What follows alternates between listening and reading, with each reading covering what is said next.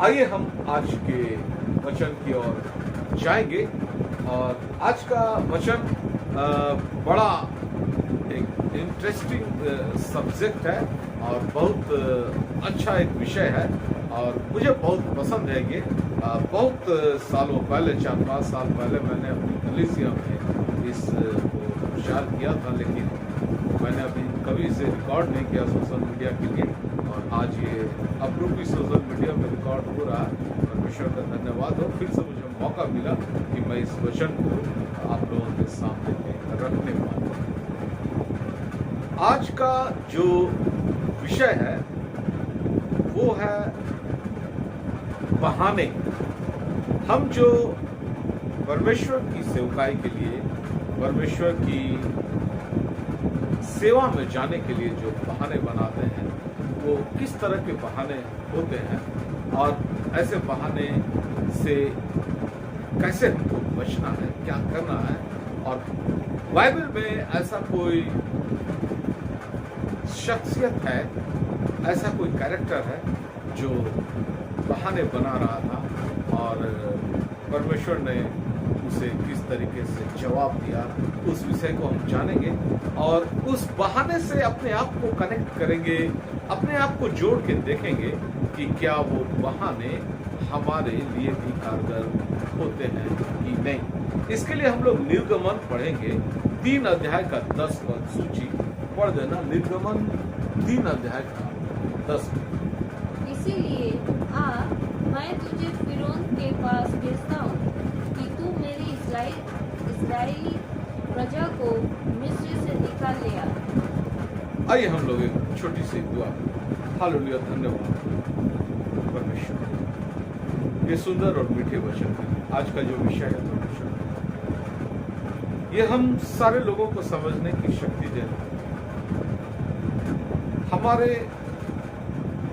मन मस्तिष्क में ये समाने पाए, हम समझने पाए इस वचन के द्वारा आप हमसे क्या बातें करना चाहते हैं और इसे सुनकर समझकर अमल में लाने सके।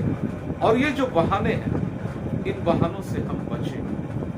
और इन बहानों का उत्तर आपने बहुत सालों पहले अपने वचन के द्वारा हम लोगों के सामने प्रस्तुत कर दिया और इसे हमें समझने देना, ताकि परमेश्वर पिता हम आपकी सेवकाई में, आप जब हमें कहीं भेजते हैं तो तन मन और धन के साथ जाने पाए, अपने बुद्धि ज्ञान समझ के साथ जाने पाए और आपकी सारी आशीषों और आशीष कर्मों के साथ जाने पाए। ऐसी दया और करुणा सारी बातों के लिए हम आदर करेंगे। प्रार्थना परमेश्वर के नाम से, आमीन। इसलिए मैं तुझे फिरौन के पास भेजता हूं कि तू मेरी इजरायली प्रजा को मिस्र से छुड़ा ले आए। परमेश्वर के द्वारा दी गई बुलाहट मूसा के लिए, परमेश्वर ने मूसा को कहा, मैं तुझे फिरौन के पास भेजता हूं, भेजा जाना। परमेश्वर ने मूसा को भेजा एक काम के लिए, और वो काम क्या था कि मिस्र देश में मेरी प्रजा है, मेरे लोग हैं, मेरे बच्चे हैं। और इस पूरे पद को मैं नहीं पढ़ रहा हूं, जब आप ऊपर नीचे पढ़ेंगे तो आपको पता चलेगा कि वो बहुत कष्ट में थे और वो एक सुखी संपन्न देश था। और वहां पर मिस्र में जब इजरायली गए तो कनान देश में अकाल पड़ा, इस वजह से वहां गए थे। कनान में जो कष्ट था, इस वजह से वो मिस्र गए थे कि वहां सारी सुख और सुविधाएं हैं। और फिर वो सुख और सुविधा के कारण फिरौन और उनके लोग, उस देश के लोग, इन पर काल बनकर गिरे, इन पर दुख और तकलीफ लादे। और जब इनका कष्ट बहुत बढ़ गया, परमेश्वर पिता ने मूसा से कहा, इसीलिए क्योंकि मैंने अपने लोगों का कष्ट को देखा हूं, मैं उसे निकालना चाहता हूं, मैं उस कष्टों के, दुखों के सागर से अपने बच्चों को निकालना चाहता हूं। मूसा, मैं तुझे भेजता हूं। पहला वर्ड है आ। परमेश्वर पिता मूसा को बुला रहे हैं, आ मेरे पास आ, मैं जो बोल रहा हूं उसे सुन, मैं जो बोल रहा हूं उसे समझ, मैं जो बोल रहा हूं उसके अनुसार से करने के लिए अपने आप को तैयार कर। आ, मैं तुझे भेजता हूं, अब जा, मिस्र को जा। पहले आ, मेरे पास आ, फिर तू मिस्र को जा, क्योंकि मैं अपने प्रजा को मिस्र से छुड़ा ले आना चाहता हूं और छुड़ाने के लिए तुझे भेज रहा हूं। बड़ा इंपॉर्टेंट था ये विषय। ये बुलाहट है, ये बुलाहट हमारे और आपके लिए भी है। पूरे क्रिश्चियन समाज, मसीही जगत के लिए है। अगर हम और आप आज मसीहत में आए हैं तो परमेश्वर ने हमें बुलाया है, आ। कमल बेटे आ, ज्योति बिटिया आ, भाई जॉर्डन आ, बहन सुनीता आ, मेरे पास आ, मैं तुझे काम के लिए बुला रहा हूं। तुम सिर्फ आ, कलीसिया में जाकर सिर्फ आराधना करके घर आ जा, खाना पीना खा के सो जा, प्रतिदिन काम में लग जा, सिर्फ इसलिए मैं तुझे नहीं बुलाया। मैंने तुझे बुलाया है कि मेरे विश्व में जितने लोग हैं जो आज कष्ट में है, दुख की संसार में है, जो आज संसार के प्रलोभन में फंसे हुए हैं, संसार के खुदा ने उसे फंसाया हुआ है, संसार के लोगों ने उसे जकड़ कर रखा है, उसे छुड़ाने के लिए मैं तुझे भेजता हूं। आ, मैं तुझे वहां भेजता हूं। इसीलिए परमेश्वर हम मसीहों को बुलाया है आज, कलीसिया में, घरों में, हर एक जगह परमेश्वर हमें बुलाया है। अपने हम अन्य जाति थे, हम थे या हमारे पूर्वज लोग थे, कोई अन्य जाति था जो कि आज मसीहत में आया, उसे जो बुलाया गया, कहीं भेजने के लिए बुलाया गया था। इस वचन के अनुसार मिस्र काफी दूर था और मूसा जहां उस समय रह रहा था वहां से मिस्र काफी दूर था, अब वो बहुत दूर जाने को था। आज परमेश्वर, आप और हम ऐसा ना सोचे हमें परमेश्वर कुछ बहुत दूर भेजना चाहता है। हम पटना में रहते हैं, हमको कानपुर भेजना चाहता है। हम बॉम्बे में रहते हैं, हमको इलाहाबाद भेजना चाहता है। हम केरल में रहते हैं, हमको इंग्लैंड भेजना चाहता है। ऐसा बात नहीं है। आप जहां रहते हैं, जिस शहर में रहते हैं, वहां पर किसी गांव में भेजना चाहता है, वहां आपके पड़ोस में भेजना चाहता है। आपके घर का कोई सदस्य मसीहत में अच्छी तरह से जीवन नहीं बिता रहा है, आप उस घर में रह रहे हैं, परमेश्वर आपको घर के उस सदस्य के पास भेजना चाहता है। आपको परमेश्वर कहीं ना कहीं तो भेजना चाहता है, इसीलिए आपको आज मसीहत में बुलाया गया। आ मेरे बेटे बेटी आ।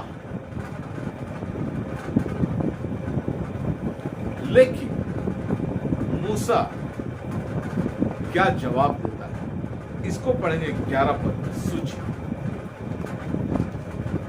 परंतु मूसा ने परमेश्वर से कहा, मैं कौन हूँ जो फिरौन के पास जाऊं और इसे इस्राएलियों को मिस्र से निकाल ले आऊं। हो गया?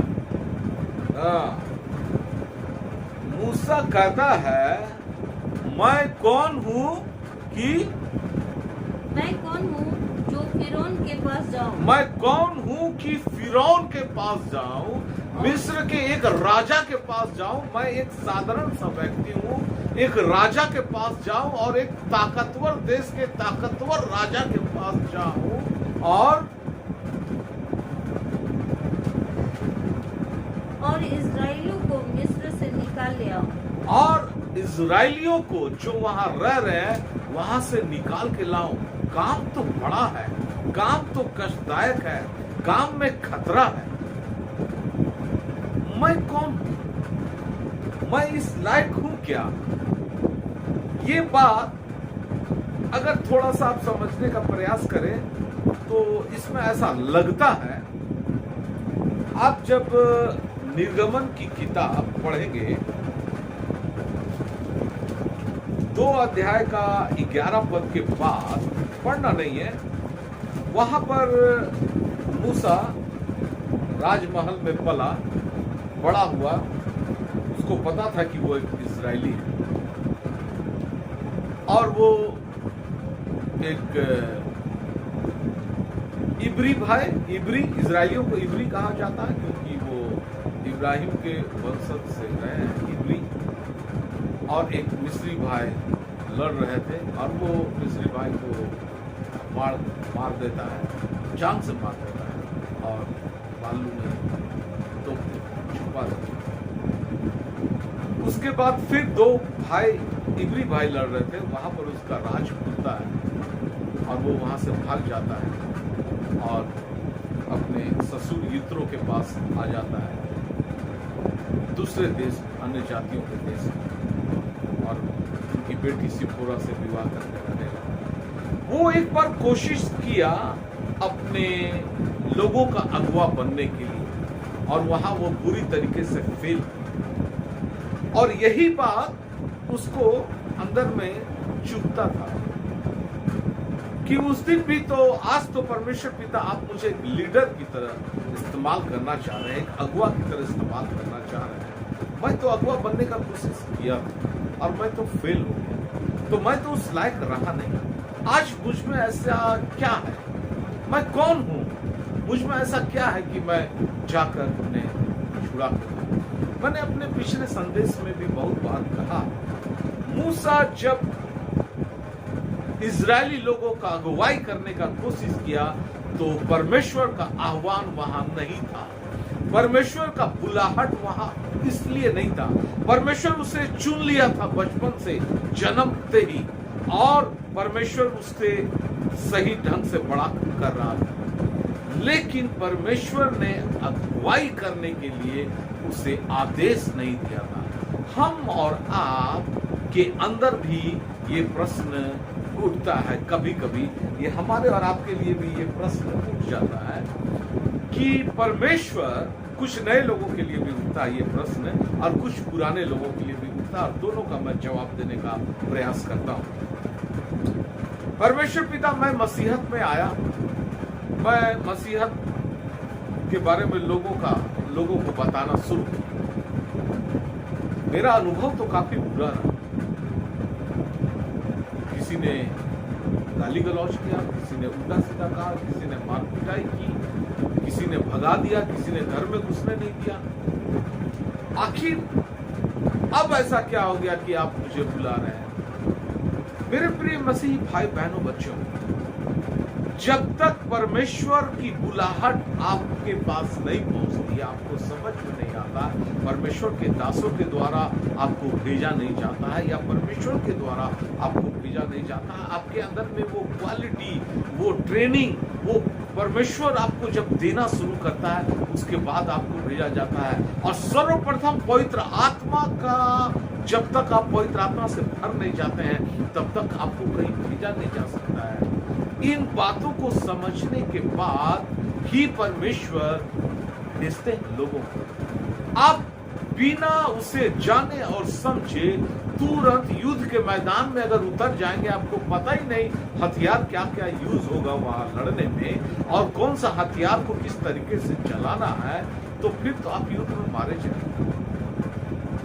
तो इसे समझना होगा। इसलिए हमको मेरा वो बुरा था अनुभव, और आज जब परमेश्वर पिता हमको भेज रहा है, उसी अनुभव को देखते हुए, समझते हुए, जानते हुए, हम और आप परमेश्वर से ये सवाल करते हैं, परमेश्वर के दासों से ये सवाल करते हैं कि मैं कौन हूं, मुझ में ऐसा क्या है कि मैं सेवकाई करने जाऊं। मेरा अनुभव बहुत बुरा रहा है इसमें। पुराने लोग को ट्रेनिंग चाहिए, एक अच्छा ट्रेनिंग चाहिए कि कैसे उसे जाना है। परमेश्वर ने मूसा को बचपन से ट्रेनिंग दिया है। आप पूरे पुराना नियम में उत्पत्ति और उसके बाद निर्गमन को पढ़ेंगे, परमेश्वर ने पल पल में उसे सिखाया है कैसे इस्राएलियों का अगुवाई करना है। और नए लोगों को तो इस तरीके का सेवकाई में भेजा ही नहीं जाता, जाना भी नहीं चाहिए। मैं ऐसे कुछ परमेश्वर के दासों को जानता हूं और बहुत नजदीक से जानता हूं। जो मसीहत में कुछ नए लोग आए हैं, जुमा 4 दिन हुआ है, आए हैं और उसे भेज दिए हैं, भेजा गया, जाओ लोगों को सुसमाचार सुनाओ। गलत निर्णय। जो व्यक्ति भेजा जा रहा है, अगर वो पानी का, जल का बपतिस्मा नहीं लिया है, वो किस तरीके से भेजा जा रहा है? अगर उसे पवित्र आत्मा का स्पर्श नहीं हुआ, पवित्र आत्मा का बपतिस्मा नहीं मिला, पवित्र आत्मा से वो व्यक्ति भरा नहीं गया, फिर किस तरीके से वो परमेश्वर की सेवकाई करेगा? अगर वो परमेश्वर की सेवकाई कर रहा है, किसी व्यक्ति को ये समझ में आया कि मसीहत में बहुत अच्छा लगा, मुझे, मैं मसीहत को अपनाना चाहता हूं, तो वो व्यक्ति उसे कहेगा कि तो आपको बपतिस्मा लेना होगा। तो वो व्यक्ति अगर बपतिस्मा लेने के लिए तैयार हो गया, तो जो व्यक्ति बोल रहा बपतिस्मा लेने को, उससे वो पूछेगा कि आपने कब जल का बपतिस्मा लिया? वो बोलेगा मैंने जल का बपतिस्मा लिया नहीं। तो फिर वो व्यक्ति, ये बातचीत का अर्थ आप समझ रहे हैं? क्या प्रभाव पड़ेगा? क्या वो व्यक्ति तैयार होगा अपने आप को बपतिस्मा के लिए? मैं तो दंग रहता हूं ऐसे सेवकों के प्रति और ऐसे सेवकों की बुद्धिमत्ता के प्रति कि इस तरह का बचकानी हरकत कैसे करते हैं। और वो परमेश्वर ने जिन लोगों को चुना, कलीसिया में लेके आया, उसको खतरे में कैसे डाल देते हैं, युद्ध के मैदान में कैसे उतार देते हैं, जबकि उनके पास अस्त्र और शस्त्र नहीं रहता है। मूसा को परमेश्वर अस्त्र और शस्त्र दिया। हम लोग पूरा पत्र पढ़ेंगे और जानेंगे, समझेंगे। यानी ये जो मैं कौन हूं पूछा, ये कौन हूं के पीछे मैं कौन हूं, यानी मुझ में ऐसा क्या है, आप मुझे ऐसा क्या दे रहे हैं, मुझ में कौन सा वरदान है, दान और वरदान से आप भेज रहे हैं ताकि आप मुझे वहां भेज सकें। मूसा अपनी ताकत से, अपनी सामर्थ्य से एक मिस्री को मार दिया था और जमीन में गाड़ दिया। ये काफी नहीं है। आप अपनी शक्ति को प्रदर्शन कर सकते हैं, शारीरिक शक्ति। आप अपनी शारीरिक शक्ति से हो सकता है कुछ सेवकाई कर लें, लेकिन शारीरिक शक्ति से आप लंबी दूर तक नहीं जा पाएंगे। कहीं ना कहीं आपको गिरना पड़ेगा। लेकिन जब परमेश्वर भेजता है और परमेश्वर अपने आत्मिक हथियारों से हमें भरता है, हमें समझाता है, हमें ट्रेनिंग देता है, हमें वो अनुभव देता है, उसके बाद हम हर एक जगह में टिक जाते हैं, क्योंकि परमेश्वर हमारे साथ होता है, हमारे साथ चलता है और हम परमेश्वर की योजना के तहत रहते हैं, परमेश्वर की छत्र छाया में रहते हैं। फिर दुनिया की कोई ताकत हमारा कुछ बिगाड़ नहीं सकती है। तब परमेश्वर हमें भेजता है और तब हम ये नहीं कर सकते कि मैं कौन हूं कि वहां जाऊं, मैं कौन हूं कि किसी के घर में प्रचार करने जाऊं, मैं कौन हूं कि किसी को मसीह का संदेश देने जाऊं। परमेश्वर का उत्तर भी सुन लीजिए आप। इसके लिए क्या 12 पद को पढ़िए। उसने कहा, निश्चय मैं तेरे संग रहूंगा और इस बात का कि तेरा भेजने वाला मैं हूँ।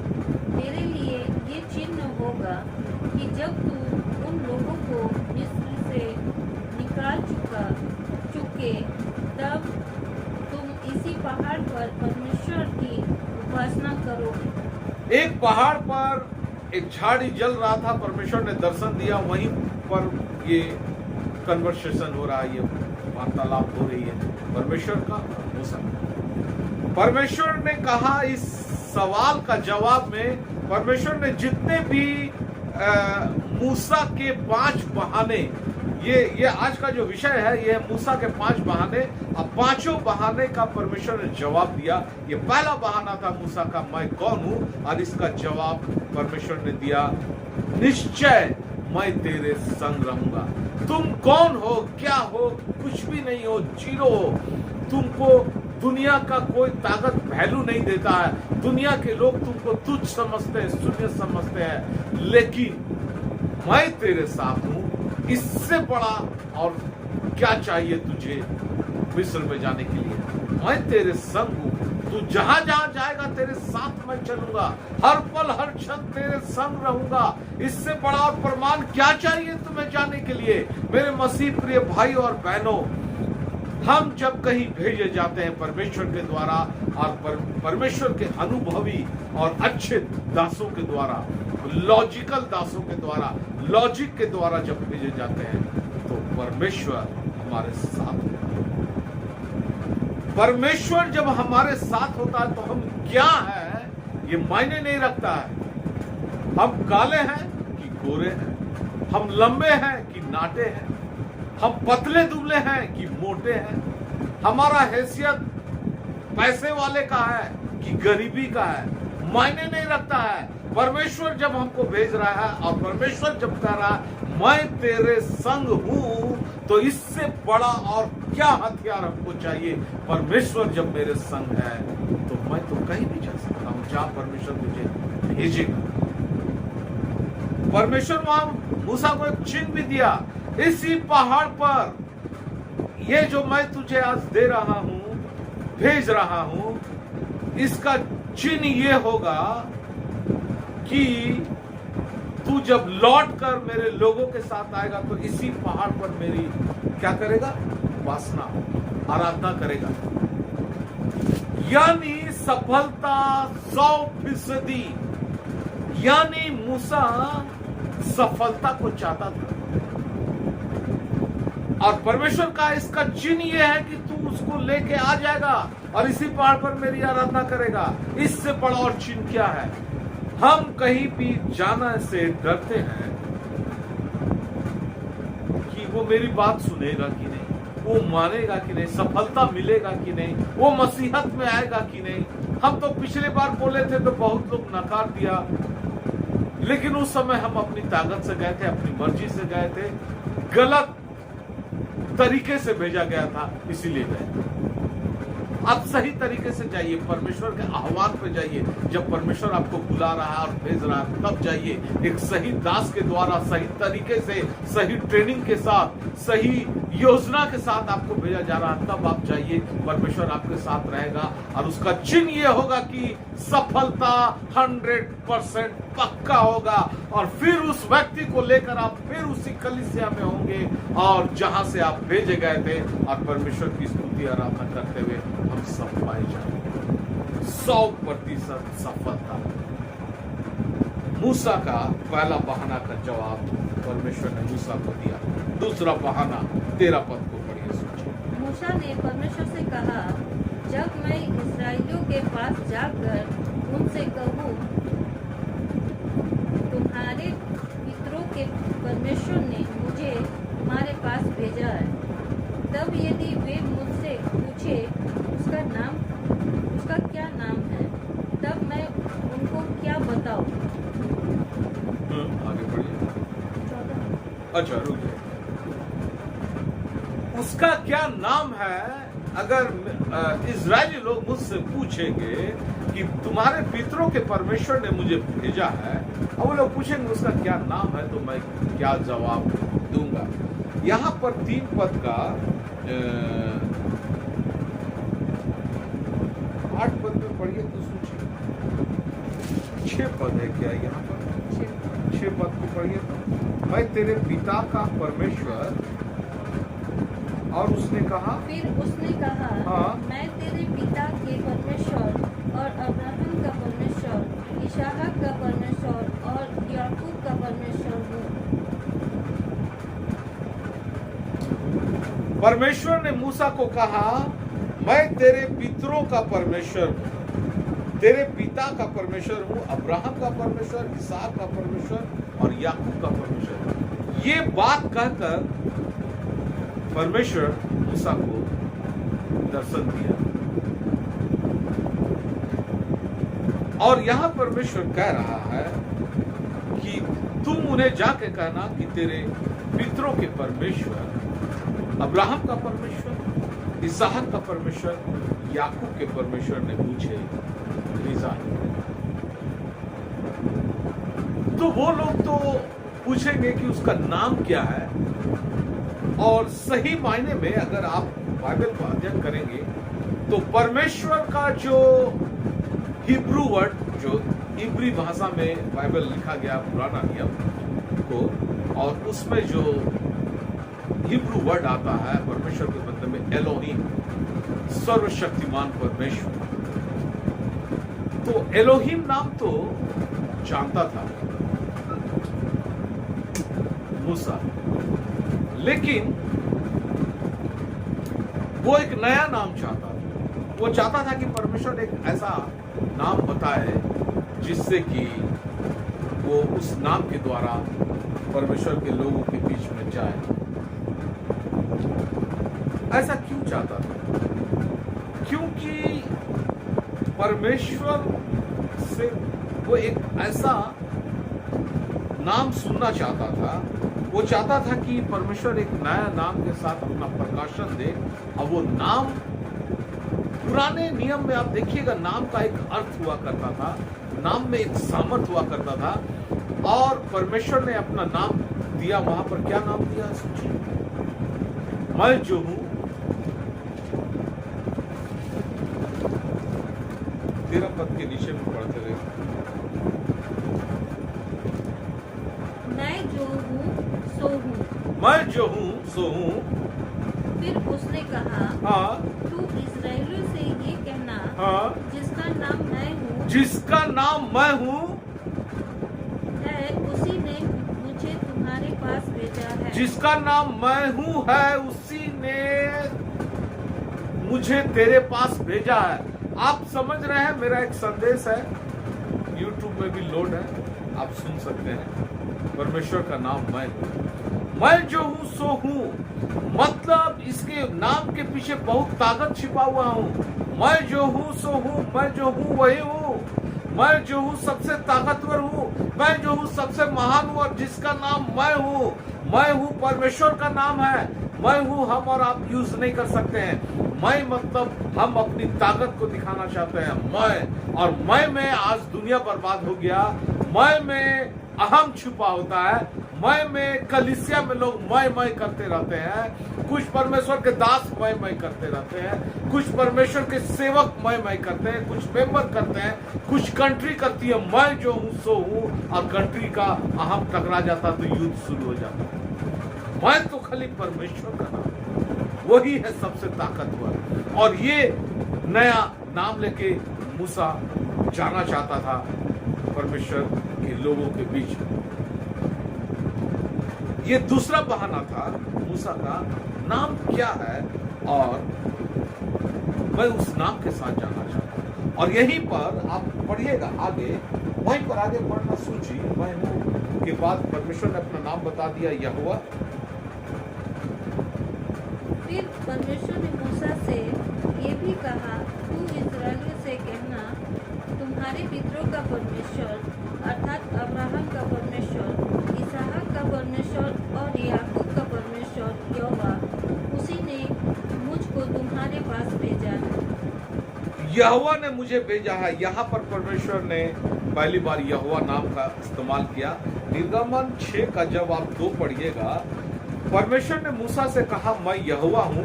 मैं सर्वशक्तिमान ईश्वर के नाम से अब्राहम, इसहाक और याकूब को दर्शन देता था, परंतु यहोवा के नाम से मैं उस पर प्रकट ना हुआ। और पहली बार परमेश्वर यहोवा के नाम से मूसा के ऊपर प्रकट हुआ था। मैं हूं एक संबोधन था, एक पावरफुल वर्ड था, लेकिन ज्यादातर नाम यहोवा यूज किया गया पूरे बाइबल में, पुराने नियम में। यहोवा का अर्थ, बहुत सारे अर्थ है उसके, लेकिन एक पावरफुल और बहुत अच्छा अर्थ है पवित्र। मैं पवित्र, सर्वशक्तिमान यहोवा के नाम से मैं अब्राहम, इसहाक को दर्शन देता था। वो एलोहीम वर्ड था। और एलोहीम के बाद परमेश्वर ने यहोवा वर्ड दिया और एक नए नाम के साथ मूसा को परमेश्वर ने भेजा। आज हमारे सामने भी ये प्रश्न उठता है, मैं लोगों के पास क्या बोल के जाऊं कि मैं किस परमेश्वर की तरफ से आया हूं। आज दुनिया में बहुत सारे परमेश्वर हो गए हैं। जिसके घर जाऊंगा उसका भी एक ईश्वर और परमेश्वर है, उसका भी कोई भगवान। वो बोलेगा आप कौन सा ईश्वर नाम लेके चले आए। यकीन जानिए, आप उसे बताइए कि मैं यहोवा परमेश्वर की तरफ से आपके पास भेजा गया। मैं आपको 100% बोलता हूँ, 90% गैर मसीही यहोवा नाम नहीं सुने। उनको पता ही नहीं है कि मसीही लोगों का परमेश्वर का नाम यहोवा, यीशु नाम सुने हैं, यहोवा परमेश्वर नहीं सुने। यहोवा, हम त्रिएक परमेश्वर को मानते हैं। यहोवा परमेश्वर पिता, पवित्र आत्मा, प्रभु यीशु मसीह पुत्र। ये तीन चीज बतलाना, ये उसके अंदर में एक हलचल पैदा करेगा। वो जानना चाहेगा उस परमेश्वर के बारे में, वो क्या है परमेश्वर, वो क्या कर सकता है। हमारे नाम के पीछे एक सामर्थ्य छुपा होता है। हमारा यहोवा परमेश्वर, मैं परमेश्वर के नाम के सामर्थ्य के विषय में भी कुछ प्रचार किया हूं जो कि सोशल मीडिया में है। हमारा परमेश्वर सर्वशक्तिमान है, वो इकलौता है, वो वही एक परमेश्वर है। वो कुछ भी कर सकता है, वो चंगाई दे सकता है, वो सामर्थ्य से भरपूर है, आश्चर्य करने वाला परमेश्वर है। ये सारी बातें जब उस व्यक्ति को बताएंगे, वो दुख और कष्ट में होगा, परेशानियों में होगा, तो जरूर आपकी सुनेगा और आपको समझना चाहेगा। और ये जवाब था, ये जवाब उस दिन मूसा के लिए था, आज हमारे और आपके लिए।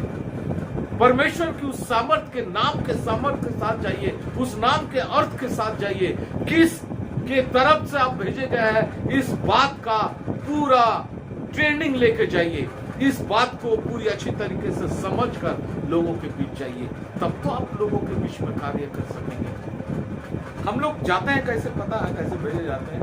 आपका बीमारी है, चंगा हो जाएगा। अब दुख में है, सब ठीक हो जाएगा। अब गरीबी में है, करोड़पति बन जाइएगा, कलीसिया आ जाइए। वो कुछ दिन आता है, 1 महीना, 2 महीना, 1 साल, 2 साल, 5 साल, 10 साल, उसके बाद बैक होना तय है। मैं अभी हाल में कुछ न्यूज़पेपर में पढ़ रहा था, हमारे झारखंड में ही कुछ इलाके में कुछ लोगों को मसीहत से वापस उनके पुराने धर्म में वापस किया गया और घर वापसी करवाया गया। मैं बहुत सोचता हूँ इस विषय में कि कोई मसीही जो यहोवा परमेश्वर पिता को, मसीहत को अच्छी तरीके से जानता है, समझता है, यीशु मसीह को जानता है, पवित्र आत्मा को जानता है, वो मसीहत को छोड़कर वापस तो जा नहीं सकता है। उसके पास नॉलेज, ज्ञान का कमी रहा होगा। वो कुछ आश्चर्य कर्म देखकर ही परमेश्वर के पास आया होगा, लेकिन वो टिका नहीं रहा। इसीलिए टिका नहीं रहा क्योंकि उसके पास वचन नहीं। हम और आप आश्चर्य कर्मों को दिखाकर, चंगाई को दिखाकर कलीसिया में लोगों को लाना चाहते हैं, सुंदर सपने दिखाकर लाना चाहते हैं, लेकिन वो टिकेगा नहीं। टिकेगा तो वो जो परमेश्वर की सामर्थ को पहचान जाएगा। और बाइबल का वचन कहता है, हम भूखे रहे, नंगे रहे, कष्ट में रहे, तो भी यीशु मसीह को, मसीहत को छोड़ नहीं सकते हैं। ये जज्बा उसके अंदर पैदा करने का नाम है मसीहत। इसके लिए हम काम कर रहे हैं क्या? ये जवाब है। दूसरा बहाना। तीसरा बहाना, 4 अध्याय का 1 पद पढ़िए सूची। तब मूसा ने उत्तर दिया, वे मेरा विश्वास नहीं करेंगे और ना मेरी सुनेंगे। तब मूसा तीसरा बहाना किया कि इतना कुछ के बावजूद भी, ठीक है परमेश्वर पिता आप मुझे भेज रहे हैं तो, लेकिन उसको बोल तो देंगे, लेकिन वो मेरा विश्वास नहीं करेंगे, मेरी सुनेंगे नहीं। आगे वरन कहेंगे, यहोवा ने तुझको दर्शन नहीं दिए। वरन ऐसा कहेंगे कि यहोवा ने तो तुझको दर्शन दिया ही नहीं होगा, तू झूठ का कह रहा है। अगर यहोवा ने तुझे दर्शन दिया है, क्या है तेरे पास? दिखा, दर्शन का कोई सबूत है क्या? और इसके बाद हम लोग पढ़ेंगे नहीं, परमेश्वर ने मूसा को बोला लाठी जमीन में फेंक, चिन्ह चमत्कार दिया, मूसा गया, वो सांप बन गया, फिर सांप को पकड़ा, फिर से लाठी बन गया। दूसरा चमत्कार क्या किया सूची? वो हाथ अपना सीने में कपड़े के अंदर रखा, वो कोड़ हो गया, निकाला तो फिर से दोबारा रखा, कोड़ ठीक हो गया। यहोवा परमेश्वर ने कहा जाकर ये चमत्कार दिखाना मिस्र।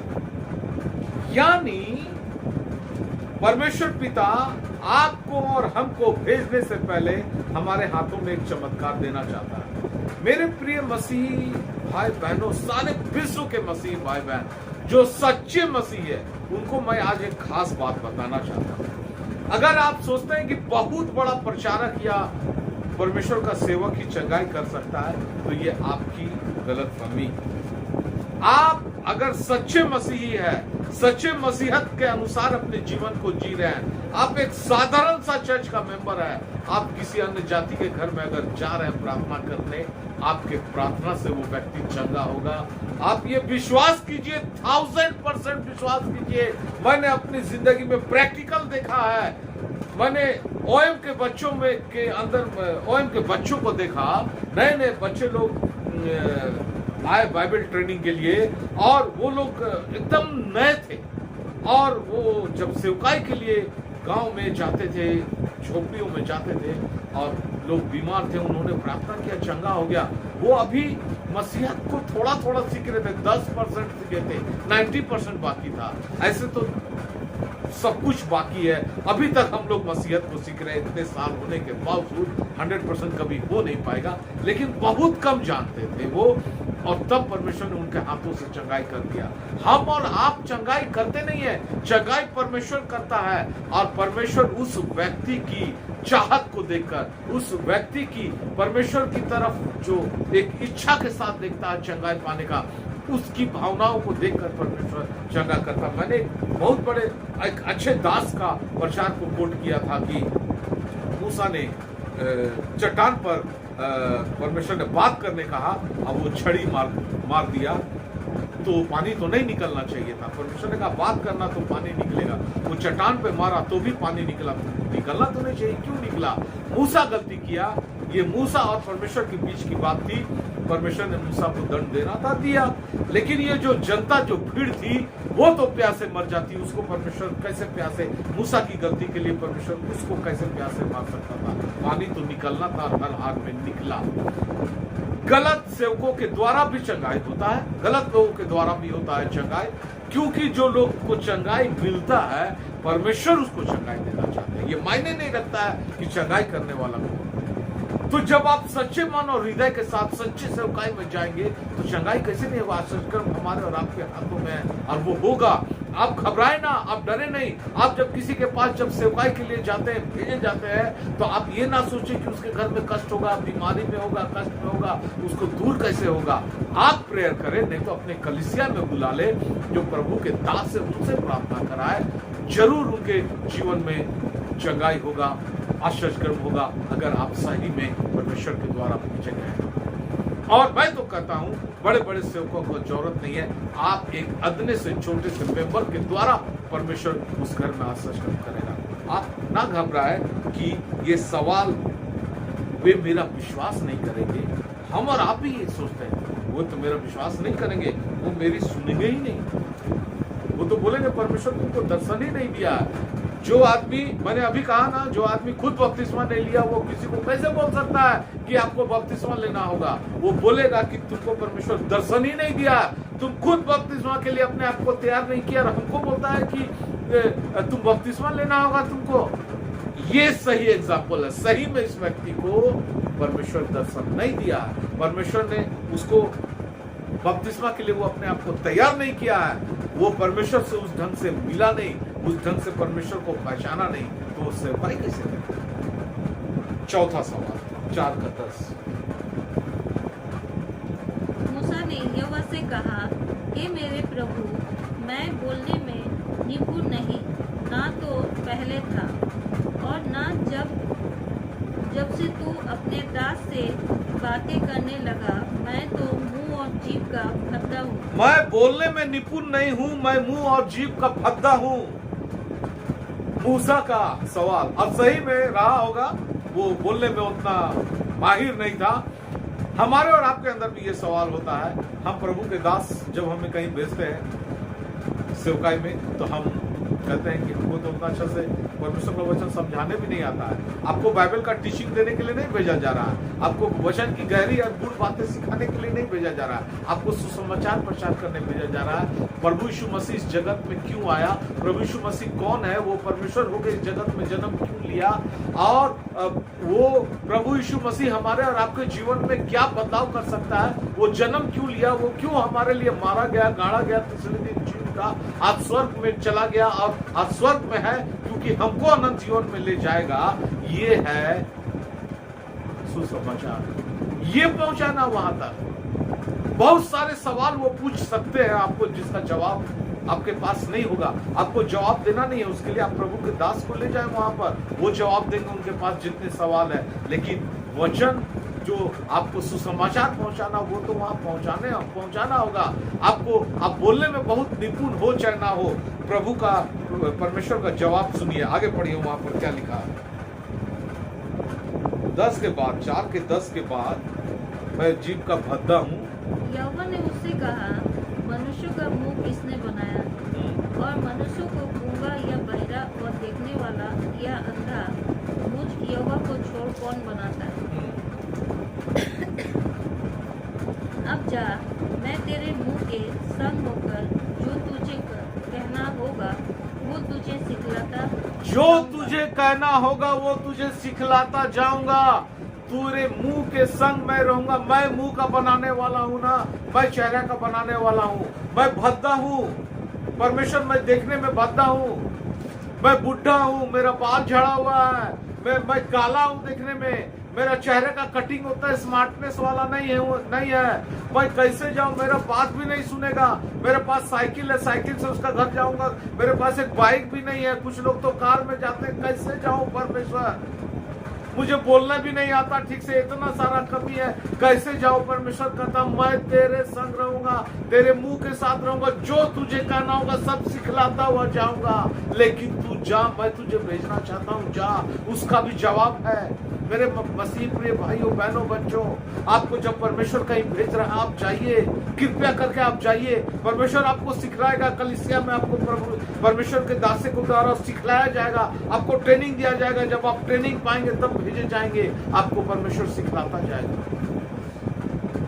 5वां बहाना और आखिरी बहाना 13 पद को पढ़िए। उसने कहा, हे मेरे प्रभु, कृपा किसी और को तू भेज। तब यहोवा का कोप मूसा पर भड़का। बस, हे प्रभु, सब सुना मैं, सब ठीक है। देखिए, इतना 4 सवाल का जवाब परमेश्वर पिता मूसा को दिया।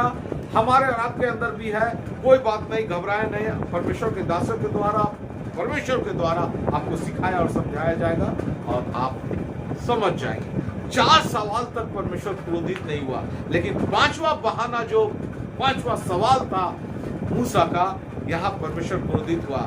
यहाँ मूसा का था, सब तो ठीक है, सब मान लिए हम, लेकिन हे प्रभु, कृपया तू किसी और को भेज दे। हम कलीसिया में बोलते हैं पास्टर साहब, प्रेरित साहब, भविष्यवक्ता साहब, टीचर साहब, प्रभु के दास सेवक, सब ठीक है, आपका बात हम सब मान लिए, मेरे अंदर सब क्वालिटी आ गया, हम सब कुछ सिखा दिए, लेकिन कृपया करके उसको भेज दीजिए। वो देखने में सुंदर है, वो देखने में स्मार्ट है, उसके पास कार है, उसको बोलने में भी अच्छा है, कृपया उसको भेज दीजिए, हमको छोड़ दीजिए। परमेश्वर क्रोधित हुआ। आप आगे पढ़िएगा, एक जगह परमेश्वर और क्रोधित हुआ था और मूसा को मार डालना चाहता था। उसकी पत्नी सिप्पोरा ने मूसा के बेटे का खतना किया था रास्ते में, क्योंकि मूसा खतना करना भूल गया था। परमेश्वर क्रोधित हो जाएगा ना, आपको जब परमेश्वर भेजना चाहता है कहीं और क्रोधित हो जाएगा ना, तो हमारा और आपका बचना मुश्किल हो जाएगा। परमेश्वर ने हमें चुना, बुलाया, हम आ भी गए कलीसिया में और परमेश्वर के राहों में आ गए, परमेश्वर के घर में आ गए, और हमारे अंदर में खाली बहाना परमेश्वर क्रोधित हो सकता है। इन बहाना से बचिए। आपको परमेश्वर चुन लिया और कहीं भेजना चाहता है, तो परमेश्वर को पता है कहाँ भेजना है, क्यों भेजना है, और कैसी तैयारी करना है, और कैसे हथियार आपको देना है, और वो सब कुछ देगा, मुहैया कराएगा, तब आपको भेजेगा, खाली हाथ नहीं भेजेगा। क्योंकि मत्ती 28 अध्याय का 19 और 20 पद को पढ़िएगा। इसीलिए तुम जाओ, सब जाति के लोगों को चेला बनाओ, और उन्हें पिता और पुत्र पुत्र और पवित्र आत्मा के नाम से बपतिस्मा और बपतिस्मा भी दो, जाओ बपतिस्मा भी दो, और उन्हें सब बातें जो मैंने तुम्हें आज्ञा दी है मानना सिखाओ। इसकी आज्ञा अब यहाँ भी बोला जा रहा है, आओ और जाओ। क्या इस काम को हम करेंगे? बस 1 कुरिन्थियों 3:9 पद पढ़ दीजिए। हमें लोगों के पास भेजा जा रहा है, सब जातियों के लोगों के पास जाओ, उन्हें चेला बनाओ। इंसान का चेला मत बनाओ, अपने कलीसिया के सेवकों का चेला मत बनाओ, परमेश्वर का चेला बनाओ। और उन्हें जो आज्ञा मैंने दी है, तुमको सिखाया, वही उसको भी सिखाओ। इसीलिए भेजा जा रहा है, ना कि उसको चमत्कार दिखाने के लिए भेजा जा रहा है। चमत्कार तो ये साबित करने के लिए भेजा जा रहा है कि तुम सच्चे परमेश्वर के द्वारा भेजे गए। 1 कुरिन्थियों 3:9 क्योंकि हम परमेश्वर के सहकर्मी हैं। परमेश्वर, बस हम लोग को परमेश्वर का काम करना है, हम परमेश्वर के सहकर्मी है। क्या हम परमेश्वर के साथ मिलकर वो काम नहीं करेंगे? जो योजना और जो काम, छोटू को बुला लीजिए, जो योजना और जो काम परमेश्वर करना चाहता है, वो काम हमको और आपको सौंपा गया। हम सहकर्मी है, अब वो काम हमको करना है, सारे मसीह जगत को करना है। हमको किसी सेवक का और किसी बड़े लीडर का इंतजार नहीं करा। वो हमको कहीं भेजेगा तो ही जाएंगे, हमको कहीं नहीं भेजेगा तो नहीं जाएंगे। परमेश्वर आपको दर्शन देगा, परमेश्वर आपको पवित्र आत्मा के द्वारा सिखलाएगा, बतलाएगा और आपको भेजेगा।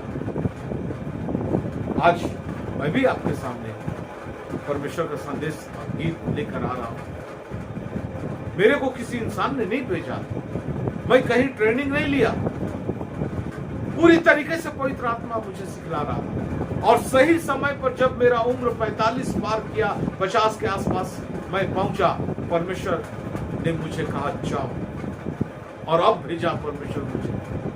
समय का इंतजार करना होगा। मूसा जब मिस्र में था, परमेश्वर ने उसे नहीं चुना था। 40 साल के बाद परमेश्वर ने उसे चुना और भेज दिया। मूसा का उम्र हो गया था, लेकिन वो परमेश्वर के द्वारा भेजा गया था। इसलिए प्रिय मेरे मसीह भाइयों बहनों, आप सब, हम सब परमेश्वर की सेवा के लिए भेजे गए, सुसमाचार के लिए भेजे गए। हमको और आपको अपने आप को पवित्र आत्मा के हाथों में सौंपना होगा, उनके कंट्रोल में रहना होगा और उनके सिखाए सीखना होगा, चलना होगा और परमेश्वर के हथियार को धारण करना होगा। और तब हम जगत में जा सकते हैं, क्योंकि जगत बहुत खतरनाक है, फिरौन के समान खतरनाक है। और फिरौन से लड़ना है तो सारे हथियार हमें धारण करना होगा, ये सीखना होगा, समझना होगा। तब हम लोगों के पास जाएंगे और आत्माओं को जीतेंगे, अनंत जीवन के लिए जीतेंगे। सिर्फ कलीसिया लाने के लिए जीतने की बात मैं नहीं कर रहा हूं, अनंत जीवन के लिए जीतेंगे। और वो बड़ी बात होगी। परमेश्वर आपको और हमको मुकुट नहीं देगा कि तुमने कितने आदमी को कलीसिया लाया। कलीसिया लाया, बहुत अच्छा किया, लेकिन अनंत जीवन में ले जाने के लिए आप लोगों को तैयार करेंगे तो एक अच्छा मुकुट हमारे और आपके लिए। परमेश्वर इस वचन के द्वारा आप सबों को बहुत आशीष